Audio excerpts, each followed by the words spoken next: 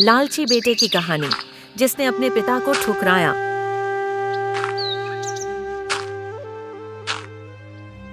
अरे मोहन बेटा, जरा पानी तो ले आ। धूप तेज हो रही है, गला सूख गया है। अरे बापू, मैं देर हो रहा हूँ। शहर से लोग आए हैं, काम की बात करनी है। आपको रोज रोज खेत में कौन पानी देता रहेगा? बेटा, ये वही खेत है जिसने तुझे पढ़ाया है, खिलाया है। इसे भूल मत जाना। अरे बापू, अब शहर का जमाना है, खेत में रहकर क्या होगा? मैं बड़ा आदमी बनना चाहता हूँ। गांव की ये मिट्टी अब पीछे छोड़नी है। रामलाल मुस्कुराया, मगर आंखों में एक सन्नाटा उतर आया। उसे लगा जैसे उसकी मेहनत का हर कतरा अब मिट्टी में समा रहा है।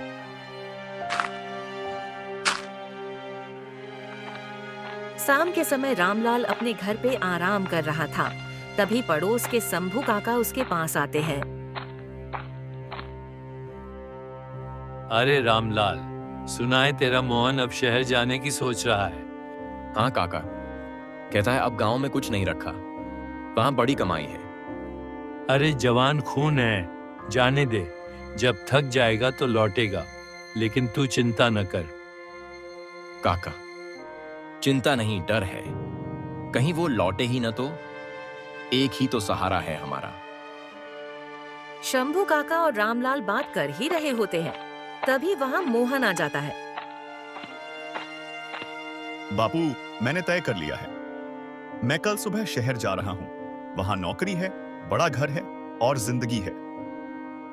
बेटा, जिंदगी सिर्फ पैसे से नहीं बनती, जिंदगी बनती है अपनों से। वहां अगर तू गिर गया तो संभालने वाला कौन होगा? मैं अब बच्चा नहीं हूँ, अपना ख्याल खुद रख सकता हूँ। आप पुराने लोग हैं, सोच भी पुरानी है। जा बेटा, लेकिन याद रखना, ये घर हमेशा तेरे लिए खुला रहेगा।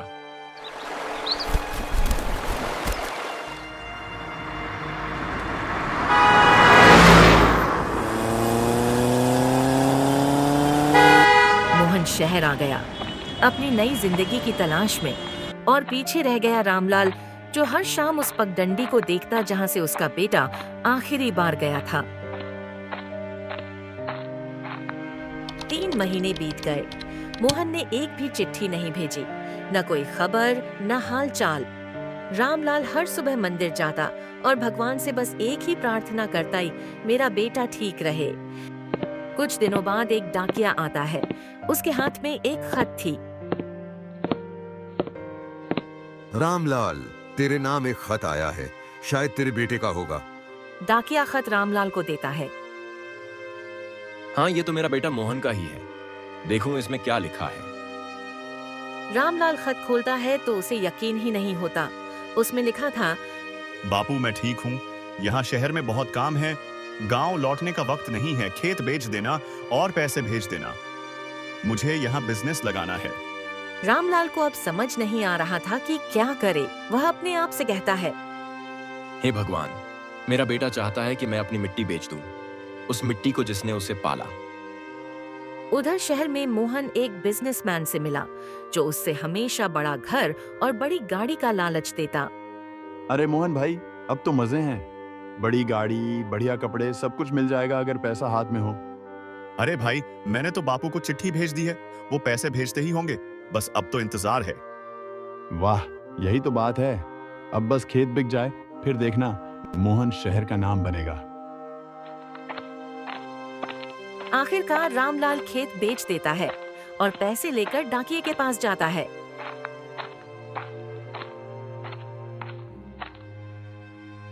भाई, मेरे बेटे को पैसे भेजने हैं। खेत बेच दिया, सब उसकी खुशी के लिए। अरे रामलाल, तूने खेत बेच दिया? वो तो तेरी जान था। बेटा चाहता था, मैंने उसकी खुशी में अपनी मिट्टी बेच दी। शायद अब वो खुश होगा। रामलाल की झुर्रियों से बहते आंसू। शायद उसे पहले ही सब पता था कि कुछ खो गया है, हमेशा के लिए। हाँ, पैसे आ गए। अब मेरा सपना पूरा होगा। रवि, अब मैं गांव नहीं जाऊंगा। बापू भी यही चाहते थे कि मैं बड़ा बनूं। वाह मोहन, अब तू सच्चा बिजनेसमैन है। बस अपने आप पर ध्यान दे, बाकी दुनिया अपने आप झुकेगी। मोहन सिर उठाकर आत्मविश्वास से देखता है, लेकिन आंखों में कहीं न कहीं इंसानियत गायब हो चुकी है। समय बीतता गया। मोहन ने बिजनेस शुरू किया। शुरू में सब अच्छा चला, लेकिन धीरे धीरे उसके फैसले लालच से भरे होने लगे। वो अपने कर्मचारियों से पैसे काटने लगा, झूठे सौदे करने लगा। अक्सर रवि उसके फैसले से न खुश रहता था। एक दिन रवि मोहन के पास आया और गुस्से से कहा, मोहन, तूने मेरे हिस्से के पैसे क्यों दबा लिए? हमने बराबर हिस्सा तय किया था। जो ज्यादा मेहनत करेगा वही कमाएगा। मैंने जो किया सही किया। याद रख, लालच का अंजाम अच्छा नहीं होता। तू आज मेरा हिस्सा खा रहा है, कल पता नहीं क्या करेगा। इतना कहकर रवि वहां से चला जाता है, लेकिन मोहन को कोई फर्क नहीं पड़ता। वो सोचता है, सब मेरे खिलाफ क्यों है? मैंने कौन सा गलत किया है? मैं तो बस अमीर बनना चाहता हूँ। उधर गांव में बारिश की मौसम थी। रामलाल अक्सर बीमार रहता था। अरे रामलाल, चल अस्पताल चलते हैं, तू ठीक नहीं लग रहा। नहीं काका, सब ठीक है। बस ये मन नहीं मानता। बेटा महीनों से एक चिट्ठी तक नहीं भेजा। लालच का रास्ता कभी सुकून नहीं देता रामलाल। शायद उसे अभी वक्त चाहिए समझने में। हाँ काका, मैं उसे दुआ देता हूँ, भले वो मुझे भूल गया हो। भगवान उसे कभी अकेला ना छोड़े। मोहन के लालची फैसलों के कारण अब बिजनेस बंद होने वाला था। रवि भी अब उसके साथ काम नहीं करना चाहता था। सब कुछ खत्म हो चुका था। मोहन अपनी गलतियों के बारे में सोच रहा होता है, तभी फोन बजती है। मोहन को पता चलता है कि उसके पिता की तबीयत बहुत खराब है। उसे अब कुछ भी समझ नहीं आ रहा था।